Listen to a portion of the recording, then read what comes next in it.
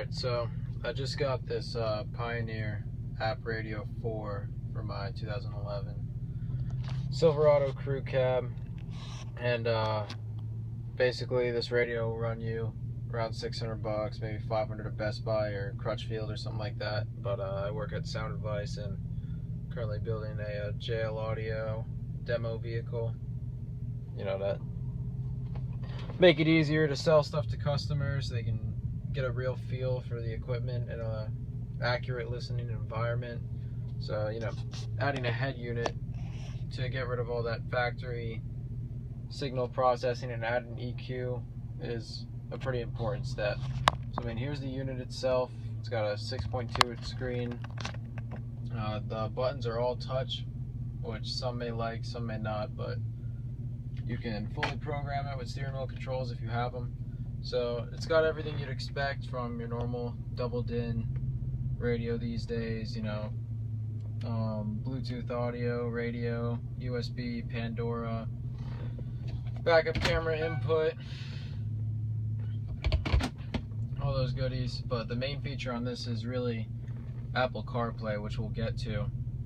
First, I figured I'd show you guys a few things that I discover while installing the radio. The first one being, if your truck has a factory backup camera in the rearview mirror, instead of having to follow the wires from the rearview mirror, splice them and tie them into the radio, you'll simply find a white and a blue wire right inside the driver's side kick panel. If you pop that off, right by the hood latch. And what you got over there is the white one is the camera input, the hot wire, and the blue one is the negative wire. So I simply just spliced the hot wire and ran an RCA behind here and into the back of the radio for the camera input. Now it no longer shows up in the rearview mirror. You got it in your radio. It's a simpler way of doing it. The other thing that I realized is to use CarPlay you need to use USB. The radio comes with a USB, but a lot of people like to use their factory one. If you have a LTZ or an LT with the LT2 console like mine, you have the USB in the glove box. If you simply pop your cup holder tray, I'm going to need two hands to do this, so 1 second.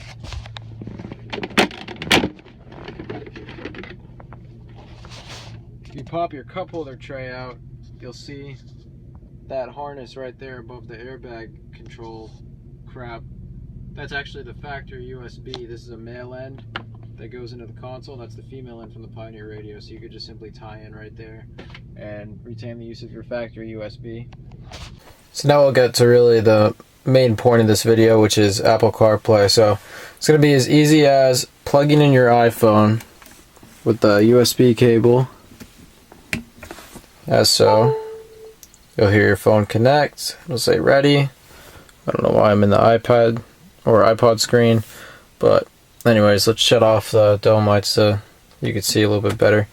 So basically, CarPlay is going to bring up your phone's interface onto the screen, which is phone, music, maps, messages, what's currently playing. App Radio will bring you back to the Pioneer NEX interface, podcasts, and audiobooks, which I don't use. They're currently working on more apps for this. App developers can release stuff like music apps and whatnot. A lot of 2016 vehicles are coming with this, like the new Silverados and Sierras and a bunch of Fords and whatnot. But it's heavily reliant on Siri. So for instance, we'll just go through the apps real quick. If I wanted to make well, you see right there I got a text message. If I wanted to make a call, I would hit phone. Who would you like to call? No one. Okay. See, it's going to ask me who I want to call, so that way, you know, it's really hands-free. No distracted driving. It works through the microphone that's included with the radio. I chose to place mine right there, just so it's more natural to speak to. And then, once you're in the phone, see if we can get this to set up. You see you have your favorites, recents, contacts, even a keypad and your voicemail. So, all works easily. Home button, just like your iPhone, will bring you back to the home screen. Music's kind of the same deal. You know, you got all your songs, playlists, artists, etc. Back to the home screen. Maps, this is real cool because instead of spending extra money for a head unit with GPS, if you have an iPhone, you could simply just get a app radio or a NEX 4100 and use the GPS through that and save money.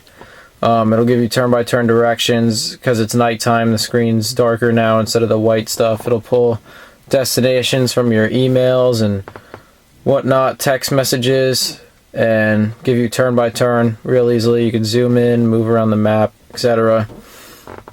Messages will work exactly how phone does. Would you like to hear your unread messages or create a new one? We'll just go ahead and skip that. So basically it's just like